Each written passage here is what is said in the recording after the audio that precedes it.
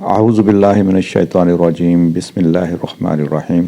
السلام علیکم ناظرین اکرام، امید ہے آپ سب خیریت سے ہوں گے۔ آپ سے درخواست ہے کہ ہمارے چینل کو سبسکرائب کر کے ویڈیو کو لائک اور شیئر ضرور کیجیے گا، اور کمنٹ کر کے ضرور بتائیں کہ آپ کو ہلاکو خان کی یہ سیریز کیسی لگ رہی ہے۔ تو ناظرین اکرام، دوسری طرف منگولوں کی حالت یہ تھی کہ چنگیز خان کی وفات کے بعد اس کا بیٹا اوغدائی خان منگولوں کا شہنشاہ تسلیم کیا گیا۔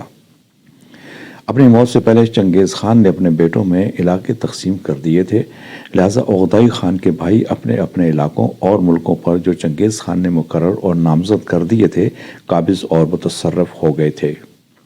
چنگیز خان نے اپنے مرنے سے پہلے دشت قیچاق، دشت خزر، الان، روس، بلغار پر اپنے سب سے بڑے بیٹے جوجی کی حکومت تسلیم کی تھی۔ اس کے بعد ماوران نہر، خوارزم، کاشغر، بدخشاں، بلخ، غزنی اور دریائے سندھ تک کا علاقہ اپنے بیٹے چغتائی خان کے حوالے کیا تھا، جبکہ چوتھے بیٹے طولائی خان کی حکومت میں منگولستان کا ایک حصہ دیا اور حکم دیا تھا کہ اوغدائی کے لشکر کا اہتمام اور سپہ سالار طولائی خان سے متعلق رہے گا۔ اس طرح اوغدائی کو بادشاہ اور باقی بیٹوں میں سلطنت کو تقسیم کرنے کے بعد چنگیز خان وفات پا چکا تھا۔ کہتے ہیں کہ 2 برس حکومت کرنے کے بعد اوغدائی نے اپنے تمام بھائیوں کو طلب کیا اور ایک بہت بڑی ضیافت اور جشن کا اہتمام کیا۔ جب سب لوگ آ چکے تو اپنے بھائیوں سے مخاطب ہو کر اوغدائی خان کہنے لگا، میں شہنشاہ کے عہدے سے دستبردار ہوتا ہوں، آپ جسے مناسب سمجھیں اپنا شہنشاہ بنا لیں۔ کچھ لوگوں کا خیال ہے کہ اوغدائی خان مسلمان ہو چکا تھا۔ اس موقع پر اس کے بھائی چغتائی اور دوسرے بھائیوں اور سرداروں نے باصرار اسے تخت پر بٹھایا اور منگولوں کی رسم کے مطابق سب نے آفتاب کی پرستش کی۔ اس کے بعد سب سے بڑے بیٹے جوجی خان کا بیٹا باتو خان اور تولی خان کے بیٹے منگو خان کو مامور کیا کہ وہ روس، چرکس اور بلغاریہ پر لشکر کشی کر دیں۔ اوغدائی خان سے متعلق مورخین لکھتے ہیں کہ وہ بہت سنجیدہ مزاج اور نیک طنیت شخص تھا۔ اس نے ملکوں کی آبادی اور رفاہ رعایا کی طرف خصوصی توجہ مبذول کی۔ اوغدائی خان کو مسلمانوں سے خاص طور پر محبت اور انسیت تھی۔ وہ مسلمانوں کو قابل تکریم سمجھتا اور ان کو ہر قسم کی راحت پہنچانا چاہتا تھا۔ منگولوں کے دستور کے مطابق غوطہ مار کر پانی میں نہانا گناہ کبیرہ ہے۔ ایک مرتبہ کا ذکر ہے کہ اوغدائی خان اور چغتائی دونوں ہمراہ جا رہے تھے۔ انہوں نے دیکھا کہ ایک مسلمان دریا میں غوطہ مار کر نہا رہا ہے۔ اس موقع پر چغتائی خان نے فوراً اس کے قتل کا حکم دیا، لیکن اوغدائی خان نے کہا اس کو گرفتار کر لو، مجمع عام میں اس کو قتل کیا جائے گا۔ چنانچہ اوغدائی نے چغتائی خان سے جدا ہو کر تنہائی میں اس مسلمان قیدی سے کہا، تم کہتے نا میرے پاس اشرفیوں کی ایک تھیلی تھی، مجھ کو ڈاکوں کے اندیشے سے اس کو چھپانے کی ضرورت تھی، لہذا میں دریا میں اس کو چھپانے کے لیے داخل ہوا تھا۔ جب اس مسلمان کو مجمع عام میں سزا کے لیے حاضر کیا گیا تو اس نے اپنی بے گناہی کے ثبوت میں وہی بات کہی جو اوغدائی نے سمجھائی تھی۔ یہ سن کر دریا میں اس مقام پر اشرفیوں کی تھیلی تلاش کرنے کے لیے آدمی بھیجے گئے۔ اوغدائی نے پہلے ہی وہاں تھیلی ڈال دی تھی۔ وہ برآمد ہوئی اور مسلمان کے بیان کی تصدیق ہو گئی۔ چنانچہ اس کو وہ اشرفیوں کی تھیلی اور چند تھیلیاں بطور انعام دے کر اوغدائی نے رہا کر دیا۔ اس طرح جہاں تک اس کو موقع ملتا وہ مسلمانوں کو نفع پہنچاتا تھا، مگر دوسرے منگول مسلمانوں کے دشمن اور ان کو نقصان پہنچانے کے بڑے شوقین تھے۔ اسی طرح ایک مرتبہ ایک شخص اوغدائی خان کے پاس آیا اور اسے مخاطب کر کے کہا، میں نے رات خواب میں چنگیز خان کو دیکھا۔ اس نے مجھ سے کہا کہ میرے بیٹے اوغدائی خان کو جا کر میرا یہ پیغام دینا کہ میری خوشی اور خواہش یہ ہے کہ دنیا سے مسلمانوں کا نام و نشان مٹا دیا جائے اور ان کے قتل کرنے میں ہرگز تامل روا نہ رکھا جائے۔ اوغدائی خان نے کہا، کیا تو منگولی زبان جانتا ہے؟ اس نے کہا، نہیں، میں صرف فارسی میں گفتگو کر سکتا ہوں اور فارسی ہی سمجھ سکتا ہوں۔ اوغدائی خان نے کہا، چنگیز خان سوائے منگولی زبان کے اور کوئی زبان نہیں جانتا تھا اور فارسی قطعاً نہیں بول سکتا تھا، تو نے اس کے کلام کو کس طرح سمجھا؟ یہ کہہ کر حکم دیا کہ اس کو قتل کر دیا جائے، یہ جھوٹا آدمی ہے اور چنگیز خان پر بہتان باندھتا ہے۔ چنانچہ فوراً اس کو قتل کر دیا گیا۔ مورخین لکھتے ہیں کہ اوغدائی خان کی نسبت عام طور پر لوگوں کا خیال ہے کہ وہ اگرچہ اعلانیہ مسلمان نہ ہوا تھا، لیکن پوشیدہ طور پر وہ اسلام کو سچا مذہب مان کر مسلمان ہو چکا تھا۔ مسلمانوں کے حق میں عقدائی خان کی سخاوت اس قدر بڑھی ہوئی تھی کہ خراساں اور شام تک کے لوگ اس کی سخاوت کا شہرہ سن کر منگولوں کے مرکزی شہر قراقرم میں چلے جاتے اور مالا بال ہو کر واپس جاتے تھے۔ یہ بھی کہا جاتا ہے کہ عقدائی خان کے باپ چنگیز خان نے جس طرح ظلم اور خون ریزی کے ذریعے دولت جمع کی تھی، اس کے بیٹے عقدائی خان نے اسی طرح محبت، شفقت اور خدا ترسی کے جذبہ سے اسے لوگوں میں تقسیم کرنا شروع کر دیا تھا۔ اس کا نتیجہ یہ ہوا کہ منگولوں کی زیادتی اور ظلم سے جو لوگ ابتداءً دہشت زدہ اور بے زار و متنفر تھے، عقدائی خان کی سخاوت اور انصاف کے سبب اس سے محبت کرنے لگے تھے۔ چنانچہ کہا جاتا ہے کہ منگولوں کی سلطنت کا بانی اگرچہ چنگیز خان تھا، لیکن اس کی بنیاد کو پائیدار اور استوار کرنے والا اس کا بیٹا عقدائی خان تھا۔ عقدائی خان کے بعد اس کا بیٹا منگولوں کا حکمران بنا۔ اس کا نام کیوک خان تھا۔ کیوک خان کا بھی سلوک مسلمانوں کے ساتھ بڑا اچھا تھا۔ وہ مسلمانوں سے رواداری کے ساتھ پیش آیا کرتا تھا۔ کیوک خان کی بیوی عیسائی تھی جو برابر کیوک خان کو مسلمانوں کے خلاف بھڑکاتی رہتی تھی۔ اس کے علاوہ ولیم نام کا ایک راہب بھی وہاں موجود تھا اور وہ بھی کیوک خان کو مسلمانوں کے خلاف بھڑکانے میں اپنا کام سر انجام دے رہا تھا۔ چنانچہ یہ دونوں عیسائی کیوک خان کے مزاج میں دخیل ہو گئے اور اسے مسلمانوں سے متنفر کرنے کی کوشش جاری رکھی۔ آخر نوبت یہاں تک پہنچی کہ کیوک خان نے ایک روز فرمان لکھوایا کہ مسلمانوں کے قتل کرنے اور ان کا نام و نشان مٹانے کے لیے تمام سردار آمادہ ہو جائیں۔ اس حکم کو لکھوا کر جب وہ باہر نکلا تو اس کے شکاری کتوں نے یکایک اس پر حملہ کیا اور اس کو چبا کر اس کا خاتمہ کر دیا۔ کیوک خان کے بعد منگو خان منگولوں کا شہنشاہ بنا۔ منگو خان چنگیز خان کے سب سے چھوٹے بیٹے تولائی خان کا بیٹا تھا۔ یہ 4 بھائی تھے: منگو خان، کبلائی خان، ہلاکو خان اور اریک بوغا۔ چنگیز خان کی طرح منگو خان نے اپنے بھائیوں کو مختلف علاقوں کی طرف بھیج کر فتوحات کے سلسلوں کو مزید وسیع کرنے کا فیصلہ کر لیا تھا۔ چین کے لیے اس نے کبلائی خان کو نامزد کیا۔ مسلمانوں کے وہ علاقے جو چنگیز خان نے فتح کیے تھے، ان پر ہلاکو خان مقرر ہوا، جبکہ اپنے چھوٹے بھائی اریک بوغا کو منگولوں کا خاقان بننے کے بعد منگو خان نے اپنے پاس رکھ لیا تھا۔ اس طرح کبلائی خان چین اور ہلاکو خان مسلمانوں کے علاقوں کا رخ کرنے کی تیاریوں میں مصروف تھے۔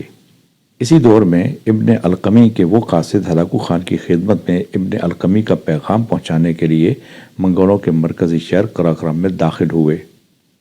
ہلاکو خان کو جب ابن القمی کے قاصدوں کے آنے کی اطلاع دی گئی تو اس نے انہیں پیش کرنے کا حکم دیا۔ چنانچہ ابن القمی کے قاصدوں کو ہلاکو خان کے سامنے پیش کیا گیا۔ ان قاصدوں نے ابن القمی کا ایک خط ہلاکو خان کی خدمت میں پیش کیا۔ مورخین کہتے ہیں کہ ہلاکو خان نے ابن القمی کا خط سنا۔ یہ پہلا خط تھا جو ابن القمی کی طرف سے ہلاکو کی طرف بھیجا گیا تھا، اور ساتھ ہی مورخین یہ بھی لکھتے ہیں کہ ہلاکو خان نے ابن القمی کے اس خط پر کوئی زیادہ توجہ نہ کی۔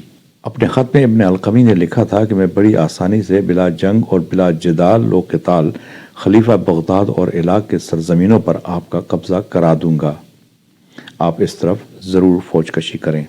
ابن القمی کے اس خط کے جواب میں بقول مورخین ہلاکو خان نے لکھا کہ القمی جو وعدہ کرتا ہے اس کے لیے کیا اس کے پاس کوئی کافی ضمانت ہے؟ ہم اس کی بات پر کس طرح یقین کریں؟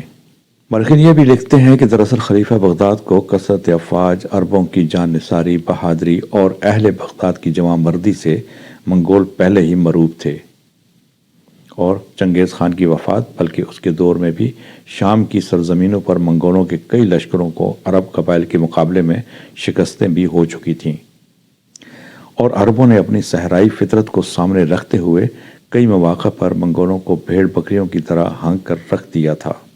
مورخین یہ بھی لکھتے ہیں کہ ہلاکو خان کا یہ پیغام جب ابن القمی کو پہنچا تو ابن القمی نے خلیفہ مستعصم کی خدمت میں حاضر ہو کر محاصل ملکی کی کمی اور لشکر کی تنخواہوں کی زیادہ ہونے کی شکایت کر کے تخفیف لشکر کی تجویز پیش کی، اور خلیفہ نے منظور کر لی۔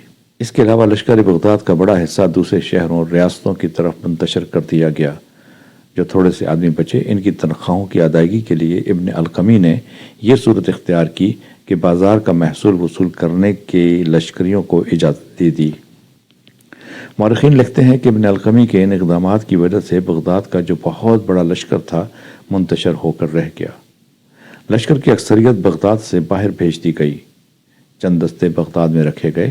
پھر ابن القمی نے جو لشکریوں کو اجازت دے دی کہ وہ شہریوں کے محصول کی صورت میں اپنی تنخواہ وصول کر لیا کریں، تو مورخین لکھتے ہیں کہ اس سے شہر والوں کو سخت اذیت پہنچی اور لوٹ مار کا بازار گرم ہو گیا۔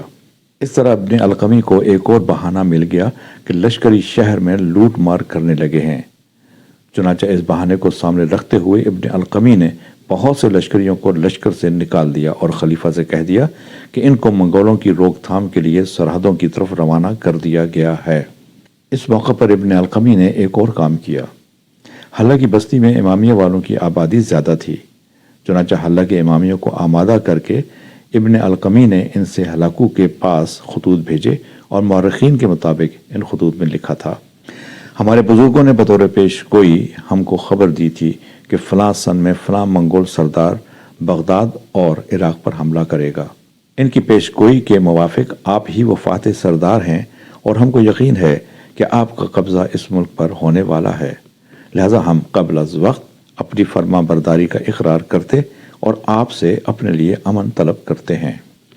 چنانچہ حلہ نام کی بستی کے جو لوگ ہلاکو کی خدمت میں حاضر ہوئے، مورخین لکھتے ہیں کہ ہلاکو نے ان کے قاصدوں کو بخوشی امن نامہ لکھ کر دے دیا تھا۔ جس وقت ہلاکو خان ابن القمی کے کہنے پر مسلمانوں کے علاقوں پر حملہ آور ہونے کے لیے پرتول رہا تھا، انہی دنوں ایک اور انقلاب کھڑا ہوا، اور یہ انقلاب برقائی خان کی طرف سے تھا۔ برقائی خان چنگیز خان کے سب سے بڑے بیٹے جوچی کا بیٹا تھا۔ جوچی کے دو بیٹے تھے، باتو اور برقائی خان۔ جوچی کو مغرب کا علاقہ جہاں دریائے دولگا اور دریائے یورال بہتے ہیں ملا تھا۔ جوچی کی موت کے بعد اس کا بڑا بیٹا برقائی خان کا بڑا بھائی باتو ان علاقوں کا حکمران بنا۔ باتو خان اور برقائی خان میں بڑا اتفاق اور پیار تھا۔ باتو خان بڑی عیش و عشرت کی زندگی بسر کرنے کا عادی تھا۔ جب وہ شراب پیتا تھا تو وحشی تاتاری ساز بجتے تھے، اس کے جام طلائی ہوتے تھے، مگر اب بھی ان میں چنگیز خان کے دور کی طرح گھوڑیوں کا دودھ بھرا ہوتا تھا۔ اس کی 16 بیویاں تھیں، اور جب وہ کبھی اپنے لشکر کے ساتھ پیش قدمی کرتا تو اس کی متحرک پڑاؤ کے ساتھ ساتھ اس کی وہ 16 بیویاں اپنے اپنے چھکڑوں میں سفر کرتی تھیں۔ اس کی 16 بیویوں میں سے کافی اولاد تھی، اور ان سب کے نام باتو خان کو خوب یاد تھے۔ اسی باتو خان یعنی برقائی خان کے بڑے بھائی کے حکم سے دریائے دولگا کے کنارے ایک شہر آباد کیا گیا جس کا نام سرائے رکھا گیا۔ اس شہر کی فصیلیں کچی تھیں جن کے اندر خیموں کا شہر آباد کیا گیا تھا۔ اس شہر میں مشرق اور مغرب کے تاجر آتے جاتے رہتے، جس کی وجہ سے یہ بہت بڑی تجارت گاہ بن گیا تھا۔ بہار کے موسم میں باتو خان دریائے دولگا کے بائیں کنارے پر زندگی بسر کرتا۔ چنگیز خان کے دور کی طرح وہ اس بات کی بڑی احتیاط کرتا تھا کہ اپنے گندے ہاتھ بہتے پانی میں نہ دھوئے، کیونکہ اس سے پانی کی ارواح ناراض ہو جاتی ہیں۔ لیکن اسے اس میں بڑا مزہ آتا تھا کہ اس کے فربہ اندام جسم پر کنیزیں مشک ملیں۔ اس کے سر کے پیچھے 2 موٹی موٹی چوٹیاں ہوتی تھیں جن میں قیمتی جواہرات گندھے ہوئے ہوتے تھے۔ وہ گنٹھیا کا مریض تھا اور گنٹھیا سے متورم ٹخنوں میں کرمیزی کپڑے کی جوتیاں، چینی ریشم کے زیب جامے ہوتے تھے، اور وہ بھیڑیے کی کھالوں کے لباس پہننا بہت پسند کرتا تھا۔ ماضی کی طرح اس کے قبضے میں اب بھی تلوار تھی جسے وہ خوب استعمال کرتا تھا۔ اس کی تلوار کا قبضہ کہتے ہیں چاندی کا تھا۔ اس کے کمر بند میں طلائی مہرے لٹکے جگمگاتے رہتے تھے۔ اس کے سر کی منڈی ہوئی ٹوپی پر موتی جڑے ہوتے تھے۔ باتو خان اپنے خاقان کی طرف سے بالکل آزاد تھا اور منگولوں کے مرکزی شہ قراقرم سے دور خود بختار اور آزادی کی زندگی بسر کرنا پسند کرتا تھا۔ باتو خان کے بعد اس کا بھائی برقائی خان مغرب کے ان علاقوں کا خاقان بنا۔ اپنے بھائی باتو خان کی زندگی ہی میں برقائی خان ایک مسلمان عالم دین شیخ شمس الدین باخوری کے ہاتھ پر مسلمان ہو چکا تھا۔ اس زمانے میں شیخ شمس الدین باخوری بخارا میں مقیم تھے۔ انہوں نے اسے اسلام کی دعوت دی تو اس دعوت کے جواب میں برقائی خان مسلمان ہو گیا تھا۔ شیخ شمس الدین باخوری نے برقائی خان کو وصیت کی کہ وہ خلیفہ بغداد کو اپنے اسلام قبول کرنے کی اطلاع کرے۔ خیرزگالی کے خطوط انہیں لکھے اور ہمیشہ خلیفہ کا حلیف اور اتحادی بن کر رہے۔ برقائی خان نے شیخ شمس الدین باخوری کی ہدایت کو قبول کر لیا تھا۔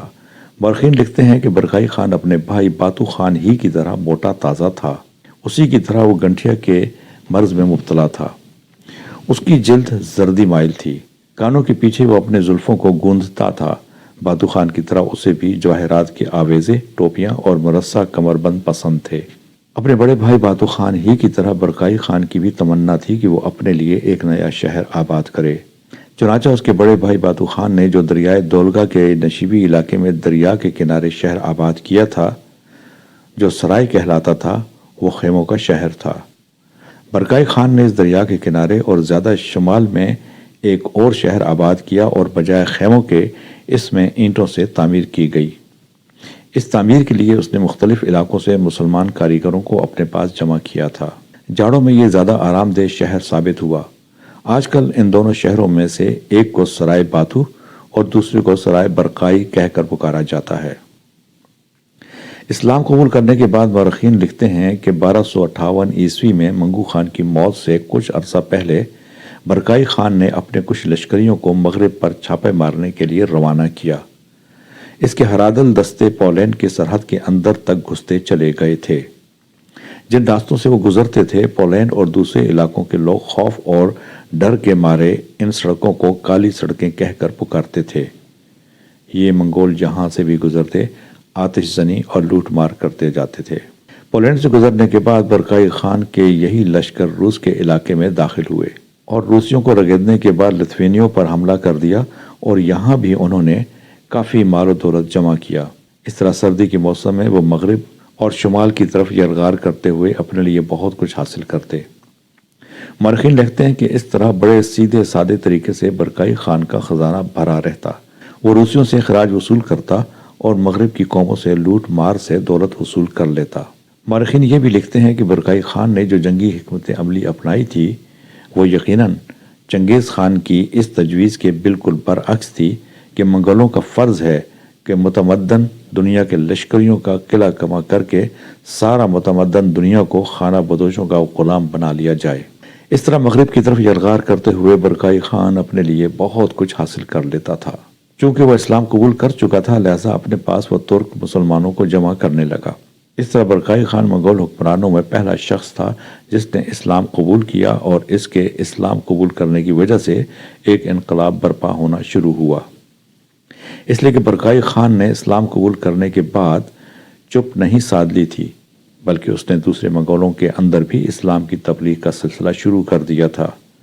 لہذا اس کی دیکھا دیکھی بہت سے منگول بھی حلقہ بگوش اسلام ہونے لگے تھے، اور ساتھ ہی ساتھ برقائی خان اپنے علاقوں میں ترک مسلمانوں کو بھی جمع کرتا جا رہا تھا۔ اس بنا پر برقائی کی طاقت اور قوت میں بھی اضافہ ہوتا چلا گیا تھا۔